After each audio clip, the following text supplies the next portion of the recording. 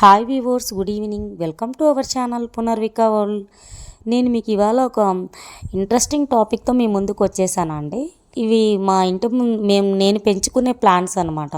So మా ఇంటి ముందు మేము నెంబర్ ఆఫ్ ప్లాంట్స్ని పెంచుతూ ఉంటానండి. నాకు చిన్నప్పటి నుంచి కూడా గార్డెనింగ్ అంటే చాలా ఇష్టము. సో ఫస్ట్ అయితే నేను ఇక్కడ మీకు వీడియో క్లిప్లో చూపిస్తుంది. ఫస్ట్ చెట్టు తమలపాకు చెట్టు అండి.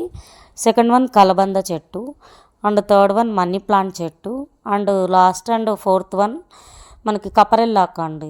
సో వీటి యొక్క విశిష్టత నేను 1 by 1 మీకు ఎక్స్ప్లెయిన్ చేస్తానండి. అండ్ ఫస్ట్ టైం కనుక మన ఛానల్ పునర్విక వాళ్ళు చూసేవారు లైక్ చేయండి, సబ్స్క్రైబ్ చేయండి. అండ్ మాలా కొత్తగా యూట్యూబ్ స్టార్ట్ చేసే వాళ్ళని ఎంకరేజ్ చేయండి.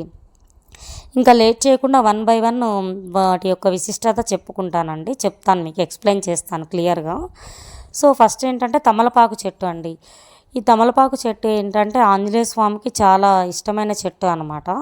అండ్ మన సైంటిఫిక్గా కూడా చిన్నపిల్లలకు దగ్గు జలుబు వచ్చినప్పుడు ఈ తమలపాకు చెట్టుని రసం పిండి ఒక 2 చుక్కలు కనుక వేస్తే వెంటనే మనకు దగ్గు జలుబు మట్టుమాయం అవుతాయి.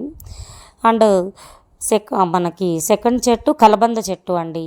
ఇది మీరు ఆల్రెడీ మీకు తెలిసిందే అనమాట. ఫేస్ ప్యాక్స్లో ఇవి రెగ్యులర్గా వాడుతూ ఉంటారు. అంటే ఇంటికి నరదిష్టి అలా ఉన్నప్పుడు కూడా ఇవి కట్టుకుంటే చాలా మంచిదండి.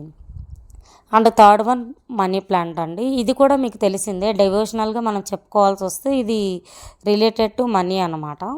And fourth one last one కపరల్లాక చెట్టు అండి. దీన్ని మనము చిన్నపిల్లలకి దగ్గు జలుబు అండ్ పెద్దవాళ్ళు కూడా దీన్ని స్మెల్ చూసొచ్చండి. దీన్ని సొంటి చెట్టు కూడా అంటారు.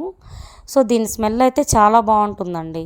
మనకేంటంటే మెంట్ లైక్ జెండు బామ్ లాంటి స్మెల్ వస్తూ ఉంటుంది.